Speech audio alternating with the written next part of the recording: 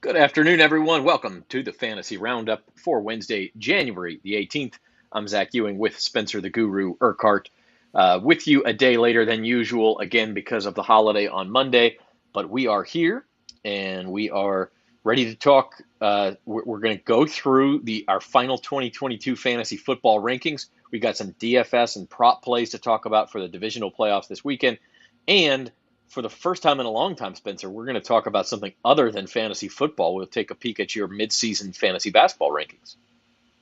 Yeah, for sure, man. Yeah, I'm excited. This is a cool time of year. Football's just wrapping up it wrapped up for season-long regular leagues, but they still got a lot of playoff action, DFS, props, for degenerates like me, playoff leagues, so there's a lot going on. And of course, fantasy basketball, hot and heavy, and in fantasy baseball in a couple months. So yeah, we've still got a lot to talk about. I'm excited. Absolutely. And we'll also, by the way, I did not mention, we will also talk about your way too early 2023 fantasy football Oh rankings. yeah. So Oh looking yeah. forward to that as well. For those of you who didn't get it done this year in season long, we can already look forward to next year. So jam-packed half hour in front of us. If you have any questions or comments about DFS this weekend, about your best ball lineups, how your season went, any of that, feel free to leave them in the comments. Except if you're on the Twitter feed, we cannot see those comments. So you'll have to get over to the Bayou Bets YouTube page for that. And while you're over there on the Bayou Bets YouTube page, hit that like button for us, subscribe, do all that good stuff. Tell your friends about us, share the video if you like our content, and just generally help us out on that. We are brought to you by Caesar Sportsbook, the official odds partner of bet.NOLA.com and Bayou Bets. We have a special offer just for our listeners right now. LSUposter.com. Get 3 free championship posters, all for just placing a $10 bet or more. For new users only on Caesars. New users, $10 minimum bet. You get a 3 poster set. That's a $75 value. And honestly, the $75 sets that we sell, you have to take the 3 that we put in that set. Here you get to pick your 3. So pretty good deal. Spencer, we'll talk some final rankings first. Let's go through the different positions as we get going on the fantasy roundup, starting with the quarterbacks. And if you pay attention to the point totals, you'll see quarterbacks just score more than other spots. However, if you didn't have one of the top, let's say 4 guys, we'll go all the way down to Burrow. Look at that drop off. And then it's all very close together between everybody else. So is there really a huge advantage? This is why you don't draft one real early unless you can get one of those top 4 guys. 100%, yeah. Because if you didn't have Mahomes, Allen, Hurts, or Burrow, chances are you were streaming, playing the waiver wire with quarterbacks. So assuming you're in a single quarterback league, which is what I did in our Bayou Bets listener league. I streamed early on. I drafted Matthew Stafford, so that didn't work out. Complete bust. So then at that point, all right, I got to pivot, try to stream, and so then I started streaming. Dak Prescott when he came back. I think I may have had Brady for a week or something. Daniel Jones just streaming. And then I found Justin Fields, and it turned out Justin Fields was a really reliable option. And then when he got injured, Trevor Lawrence was floating out there on the waiver wire. Picked up Trevor Lawrence whenever Fields couldn't go for that week. So yeah, there's usually options to be had on the wire. So unless you can get one of those elite options, don't spend up for like a Stafford, Russell Wilson, Tom Brady, Aaron Rodgers, those veterans that used to be elite that still get drafted in the middle rounds. I would just steer clear of that. Keep stacking depth and try and get one. Or Geno Smith, another example of one you could have gotten off the waiver wire. So there's usually a lot of surprises at this position. Yeah, no doubt about it. And, even if you do get an elite guy, I had a league where I drafted Lamar Jackson and got him pretty early, end of the 5th round, beginning of the 6th round, I think. And he gets hurt. And so then you're sort of scrambling. Luckily enough, in that league, I had just picked up Fields. I can't remember if I just liked him or if the Ravens bye week was coming up, but whatever the case was, he was a ready-made replacement for Lamar Jackson, put him in there and did just fine. So, yeah, if you don't have a top guy, it can get, really just thrown in a hat and pick one out. So, and even if you do, obviously injuries happen. Speaking of injuries, they had a big impact on the primary positions in fantasy football in the past year. We'll start with running backs. Austin Eckler emerges as the top one. And here again, you kind of see these big gaps. And this is why you do oftentimes like to spend an early pick on a running back because, you see that 16-point gap between Eckler and McCaffrey, then a 28-point gap between McCaffrey and Jacobs, another 26-point gap. Of course, Derrick Henry may have been closer had he played that last game. Then another big gap to Saquon Barkley and Nick Chubb, and then another big gap before you kind of get to everybody else. And so you can really separate yourself by getting one of these studs. For sure, yeah. So that's we'll see in my 2023 ranks. I've still got, even though I've got a lot of receivers up there, I still got Eckler and CMC in the top 3 because you can get that huge positional advantage there. And then Josh Jacobs, Derrick Henry, even though they don't catch a lot of passes, they're so strong as runners to where they're elite assets as well. Saquon, a nice bounce back for him. He was someone that is he still an elite running back? He had that great rookie year and then had battled injuries a lot. Is he still capable of putting up big numbers? And this year he proved that in a contract year. Him and Josh Jacobs might be changing teams next year, although I would think the Giants and Raiders would make it a priority to bring them back considering how successful they were. Yeah, another guy on there who's going to be a free agent is Tony Pollard of the Cowboys, who, I know a lot of people in the preseason said, hey, I'm going to pick Tony Pollard. I got scared off, and it's one of my regrets because of the timeshare with Zeke. But Tony Pollard was just plain and simple better this year, and that's even with Zeke getting the goal line work. Oh, yeah, definitely. Yeah, Pollard, man, he took over as their go-to running back, I'd say, because he's just a lot more explosive and just better, just all around, the better all-around back. Kind of like with the Patriots, Ramondre Stevenson took over as their main guy instead of Damian Harris. So, yeah, definitely try to keep up with the trends, see who's trending up, who's trending down. Like, I know Leonard Fournette backdoor to top 12 finish there, but as we saw down the stretch, Rachaad White is looking like the back to have there in Tampa Bay. And you look at the bottom of this list, there's a guys, Kenneth Walker didn't play much the first few weeks, so he didn't make this list. Damian Pierce got hurt, and so he didn't make this list. But they're examples of guys you could have gotten late, and that's why I really am a proponent of what they call the hero RB strategy, where go get one of these stars, and you hope he stays healthy and he can win a league for you and really anchor your lineup every week. But after that, once you start getting into the RB2 mix, there's just as good of a chance that a Tony Pollard or a Damian Pierce or a Kenneth Walker is going to be just as good as a guy you'd be drafting, like Leonard Fournette or even Dalvin Cook or Joe Mixon, who were borderline RB1s. A lot of times those guys just don't separate from the field enough. Right, yeah, they didn't really deliver. A lot of people took Mixon and Cook in the back half of the first thing, and they could be that hero RB. So there's a chance you could find that there. I mean, Derrick Henry was that for most of the way. I mean, Josh Jacobs, you could have gotten in the 4th, 5th round, and he'd have lived up to that. So like, this position is very tough to predict. Probably more so than receiver. With receiver, you have like your 5 or 6 elite, and you're like, what they're gonna do at running back. You've got CMC, Eckler, and I guess you could throw Henry in that mix. But outside of that, it's like, I mean, we don't know. I mean, Jonathan Taylor, we all thought was going to be elite, and then he gets hurt and has a dud year. So it's a tough position to predict. Very good point. Jonathan Taylor, DeAndre Swift was a first rounder for a lot of people or at least a second rounder who didn't pan out either. So what I want to do, take one more look at the running back board. Pay attention to the point totals here. So we range from 372 but quickly get down toward 300 and then down under 250 by the bottom of this list.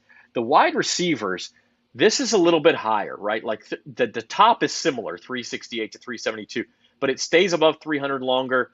We have A.J. Brown there at number 6, who's basically at 300, and we're still above 250 as we get to the bottom of the list. And this is where when you really build the depth of your team, at least for this year, and I think it's been a trend for multiple years, that depth, those 3rd, 4th, 5th round picks, those ought to be receivers. You're going to get more points from those guys than you are from your RB2. Right, yeah, especially in these PPR leagues, it's like the sharps in there. They tend to just stack receivers. I'm like, man, you got like no quarterback, no tight end, no running back depth, but all these receivers. But that's, as I've played more and more leagues, that seems to be the wave, because with these guys, if you could get like, let's just say a Diggs in round 2, Lamb round 3, Waddle round 4, Devontae Smith round 5 or 6. I mean, guys, a Kirk you could have gotten like in 7 or 8. I mean, you could have stacked the deal like that. You could have so many stud receivers plus trade pieces at that point. You can't start all 4 or 5 of those, but if you accumulate those guys that are scoring a lot of points, then you're playing from ahead. Then you can make moves and fill the spots that you're kind of weak at. You can, fill your RB2 on the wire, stream tight ends. But if all you're missing is that elite QB, then you can go ahead and trade that Devontae Smith piece for maybe like a Jalen Hurts type, or him and one other piece. I mean, people aren't going to just give you Jalen Hurts for cheap, but if you have a lot of depth, you can use that to cash in and have a pretty stacked team. Yeah, absolutely. Moving on to tight ends, this is the one spot where, look, there was one guy and one guy only, and obviously everybody had to start somebody. And so if you didn't have Kelsey, it was great to have T.J. Hockenson or George Kittle or Evan Ingram. But the problem is, if you spent a high round pick, and Kelsey was worth it, but Mark Andrews was not. He just simply did not separate from the rest of the tight end field here. Where if you used an early round, top 5 round pick on Mark Andrews, you really hurt yourself, because you could have had, Evan Ingram literally 10 rounds later and gotten almost as much production, or Tyler Higbee or Pat Freiermuth, Cole Kmet. I mean, those guys a little bit lower, but you could have used that 5th round pick instead on another receiver or running back. For sure. Yeah, those mid-round tight ends didn't pan out. The one regret I have is I thought Dalton Schultz might have a year to where he might separate a little bit, finish like around where Hockenson did. So Hockenson was the one that, if you'd take a tight end in the mid-rounds, would have panned out. But Schultz, I thought he would be the one. It didn't work. The one, though, that I was right about to stay away from was Darren Waller. I mentioned that in my column last week. Waller, he was someone that used to be elite and was still going in the mid rounds, but obviously didn't pan out between injuries and just poor performance. So yeah, outside of Travis Kelce, who's definitely a first rounder, there's no doubt about that. Yeah, he's a tight end, but he gives you such a positional advantage. You got to take him there because hardly anybody else is dependable. Yeah, I mean, look, is his point total as high as the other first rounders? Not quite, but he produced 100-point advantage over any other tight end. 100 points.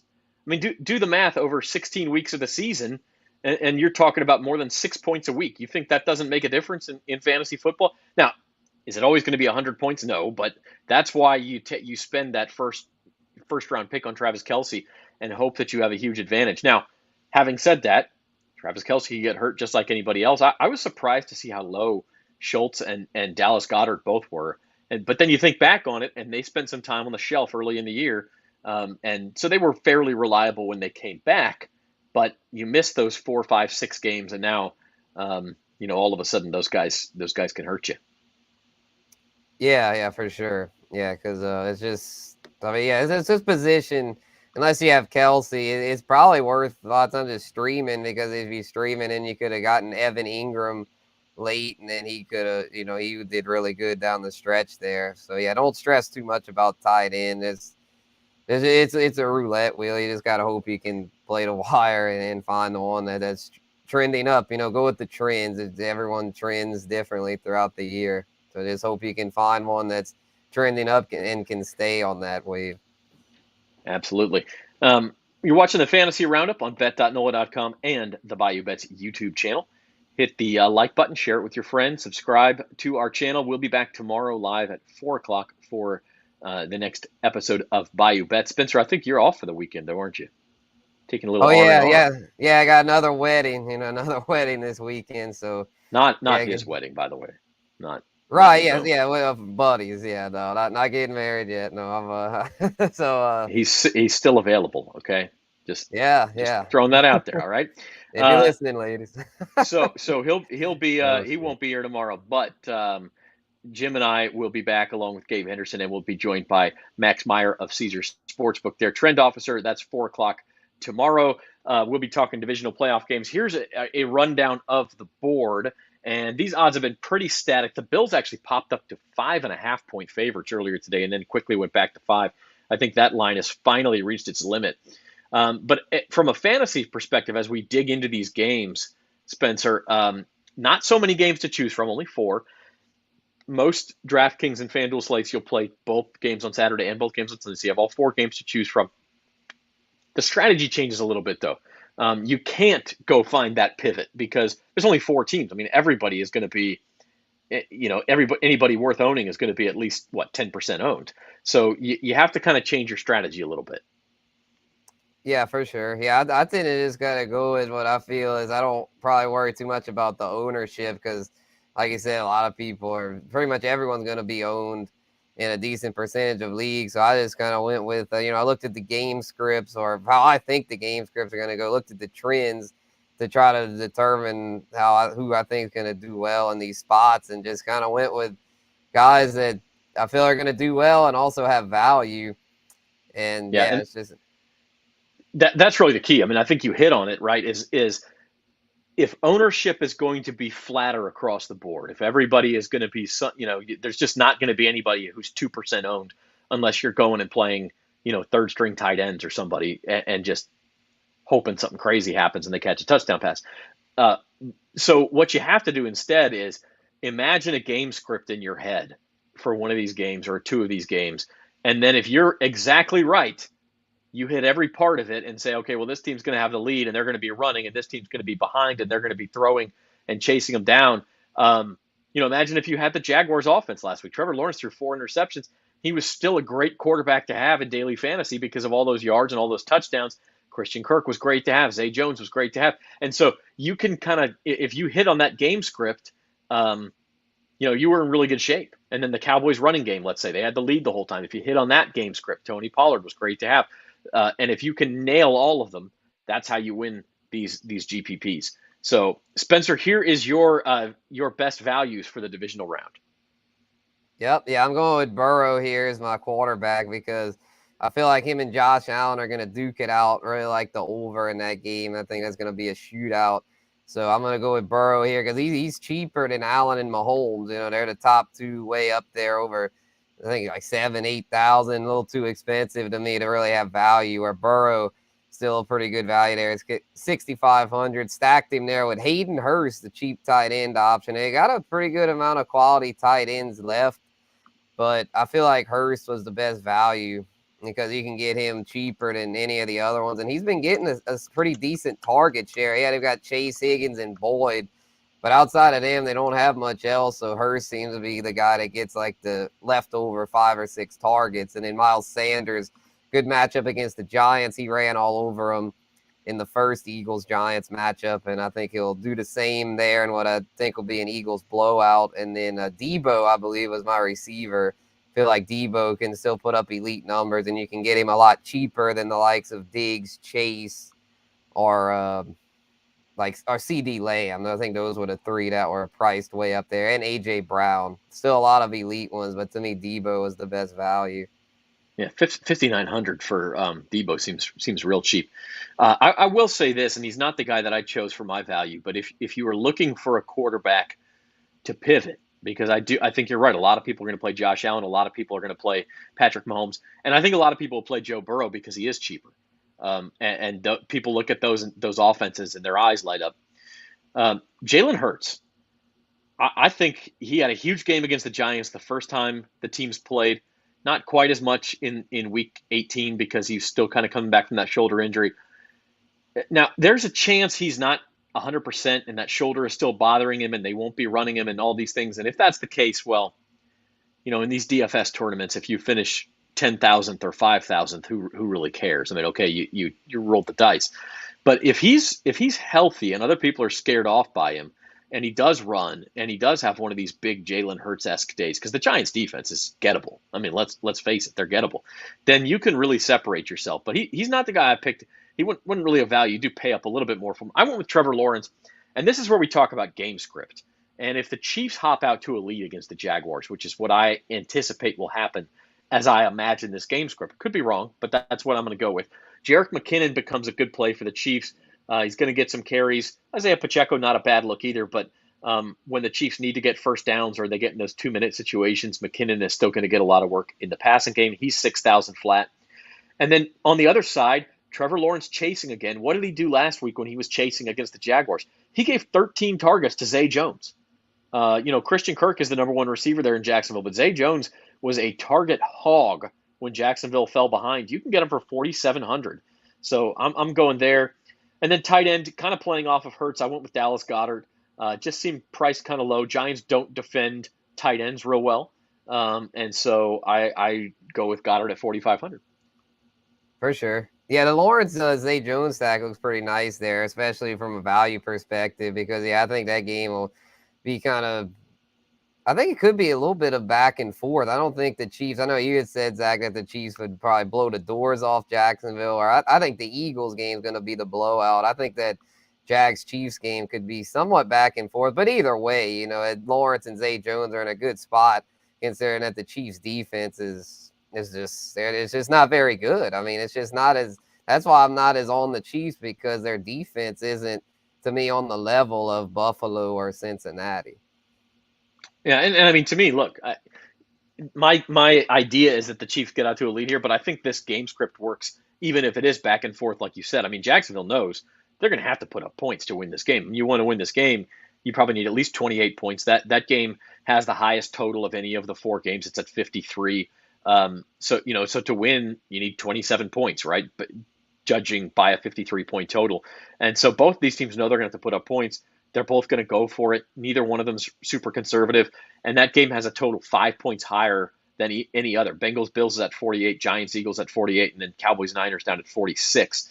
And I said this yesterday in the show too. I actually think that Bills Bengals game, as much as you think shootout in your head, those teams tend to go on long drives. The defenses, as you mentioned, are probably better than the Chiefs are. And if one team does get out to a lead, they can both run the ball. They're going to try to shorten that game a little bit. I don't know that one gets up into the 35 to 27 type range. I think Chiefs Jaguars a much better bet for a high scoring game, whether it's the Chiefs kind of keeping the Jags at arm's distance, or whether it's, like you said, back and forth and just a traditional shootout. I see that one as the one to target. As opposed to Bills Bengals. Yeah, as opposed to any of them. Mm-hmm. Yeah. Vegas has that as the highest total. Yeah, the Jags. Yeah, I was just going through the totals. I think that was at 53, and then the Eagles, Giants, and Bills Bengals was 48, and Cowboys Niners the lowest at 46. So, yeah, I mean, that's what the odds makers are thinking. Chiefs Jags, which I think it'll be that, but I feel like Allen Burrow. Like I know they have good defenses, but I feel like that's just going to be a showcase of 2 Titans, 2 gladiators ready to show what they can do, to where I feel like the defenses aren't going to have too many answers. So, yeah, those AFC games, watch out. There's a lot of points there.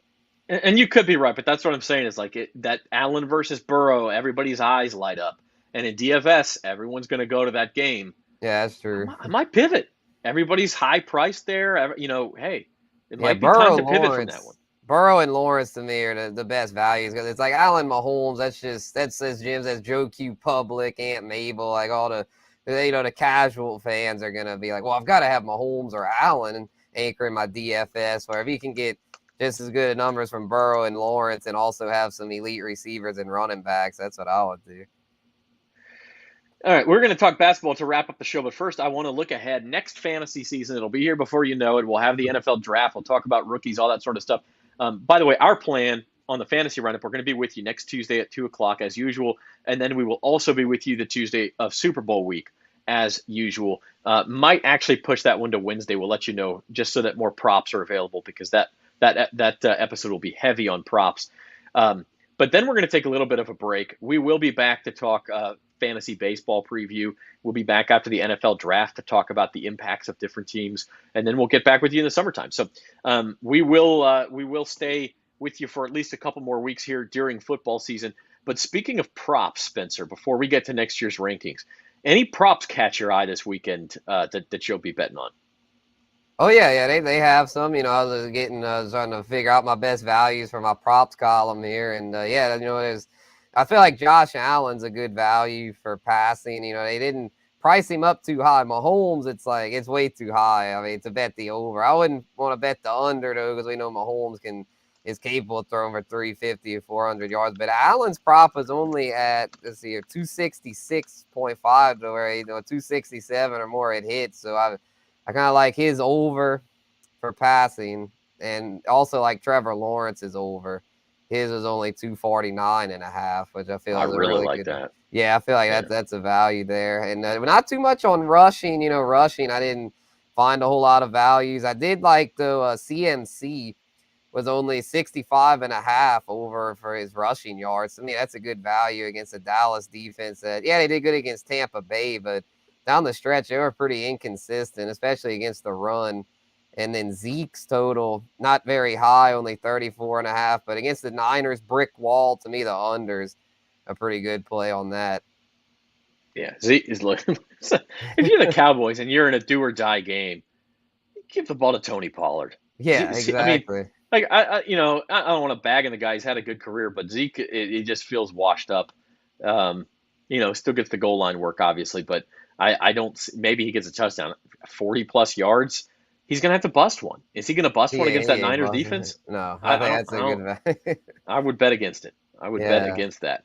yeah. Um, And in the receiving yards, there's a lot for that. I haven't even determined yet my top picks for that because I feel like all these guys should go over. I'm gonna have to study the cornerbacks a little bit here before I pick my top 2 for the column. But I mean, shoot, Christian Kirk's over looks good, 63.5. Zay Jones, 54.5. Diggs, 81.5. Gabe Davis, 56.5.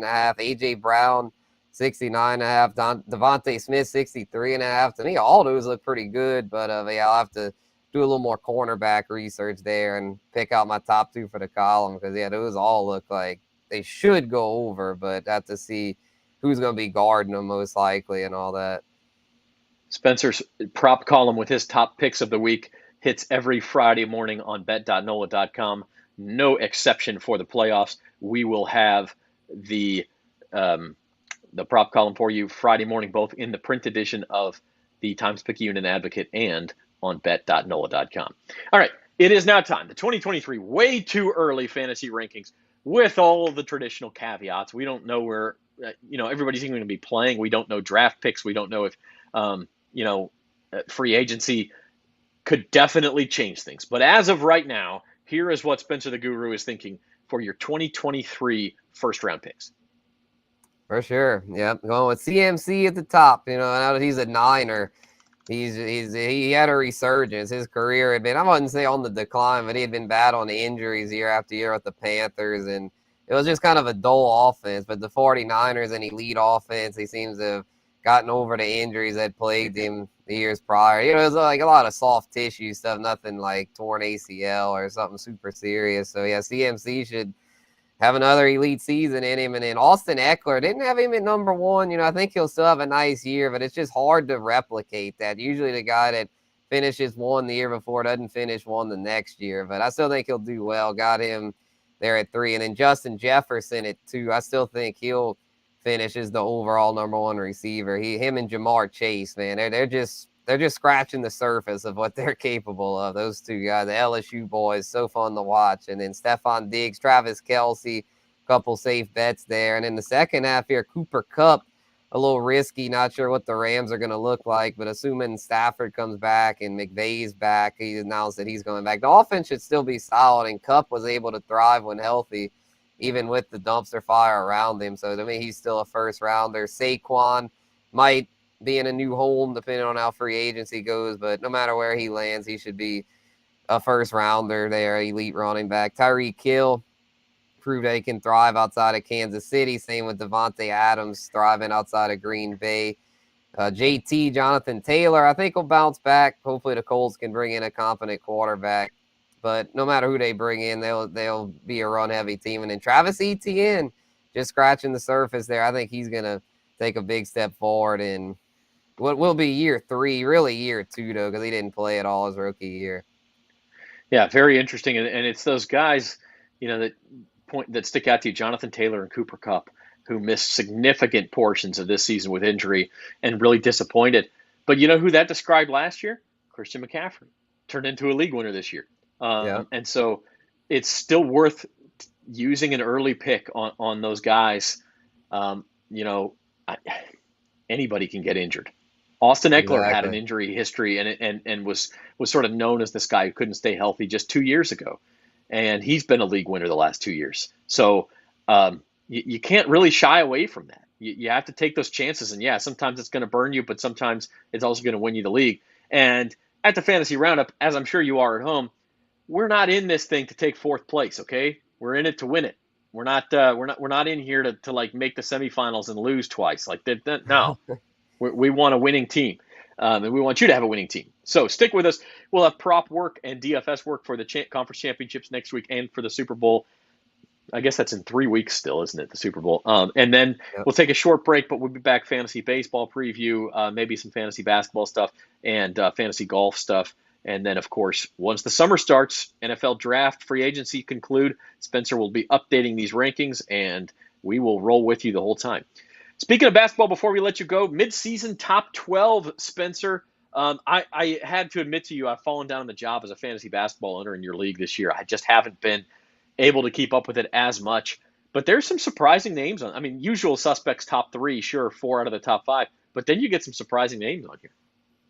Yeah, for sure. Yeah, I didn't realize it had gotten quite this shaken up because I mean I've been keeping up fairly close, but like I haven't looked at like the overall leaders in a while. So when I was looking through, I was like, man, look at all these new faces up here. This is a pretty wild year. Normally basketball is pretty chalk as far as the top 10 to 12. But yeah, a lot of new faces up there. Starting with Shea, I don't want to butcher his name there, Alexander with the Thunder. You know, the young guard there. It got him in the Paul George trade, and he's killed it, man. He's evolving in an elite point guard there for the Thunder. And the same with Tyrese Halliburton, another one that's burst onto the scene there in Indiana. It's funny, him and Domantas Sabonis were part of a last trade deadline. Right. The Pacers and Kings swapped them, and they're both putting up elite production. I got Sabonis on my team, and he's my top scoring person, because Joel Embiid, he's been really nice too. He was my first round pick. He was down there at 11. So, guys like him, LeBron, and, of course, the top 3, like Tatum, Doncic, and Jokic, of course, putting up their those numbers. guys. But assuming they stay healthy, they're going to be the stars. Jerry's here. What's up, Jerry? He's late. I hope everything's well at the doctor. Good to see you, buddy. Finishing up the show here with some hoops rankings. It's interesting. I bet the Pacers over their win total early in the year, and it was only 22.5. They're already over it. I've already cashed that bet. I don't think I've been paid yet, but and then the Jazz were 23.5. I bet that over. They need one more win. So some of these teams, people, they're going to tank. Well, the Jazz and Pacers, I mean, if the season ended today, I think would both be in the play-in tournaments. Like, they're not going to tank. So not at this point. So it's just interesting the way things can happen. The NBA, you think you have it. It's the one league you can kind of figure out. Oh, it's a stars league, so the stars are going to dominate, right? New stars are coming on the scene all the time. So I mean, it is interesting. That's good to hear, Jerry, all as well. And I will ask you this, Spencer, because they're both out right now, but they are such possible league winners. Which we're always talking about. Zion Williamson, Brandon Ingram for the Pelicans. They're both expected back sometime in the next month. I mean, Ingram's been expected back for almost a month now. Zion, it was supposed to be 3 weeks, and that was about 2 weeks ago when he'd be reevaluated. So we'll see them back at some point, I would presume, in time for the fantasy basketball playoffs. What are you offering for those guys in a trade right now? Yeah, I would feel better probably about trading for Zion than Ingram, man. Ingram's really starting to concern me. I don't understand why this toe thing is dragged out this long. It should have been back by now. It must be something more than they're, revealing, but it's like, it's just, man, I don't want to sound like Derry Downer here, but it's like, it's like eerily similar, like to Michael Thomas's deal, to where it was like, we don't know exactly what the deal is. So where hopefully Ingram doesn't end up like that, to where he ends up having to have some season-ending surgery. But like, man, it's getting worrisome. So for the Pels' sake, I hope he comes back. But for fantasy basketball, I wouldn't trust him. Where Zion, I mean, he's risky, obviously, but when he's healthy, he's so dominant, to where if you can get him for the low right now, I'd definitely do so. All right, so that is where we're at on the Fantasy Roundup. We'll be back with you next Tuesday, back on a regular day at 2 o'clock to discuss some conference championships, DFS, some player props, all of that good stuff we will have for you. And then we'll be back Super Bowl week. So looking forward to that. For Spencer the Guru, for our producer, Zoe Collins-Rath, I'm Zach Ewing. Thanks for joining us, everybody, here on the Fantasy Roundup. And 4 o'clock tomorrow, Bayou Bets, don't forget.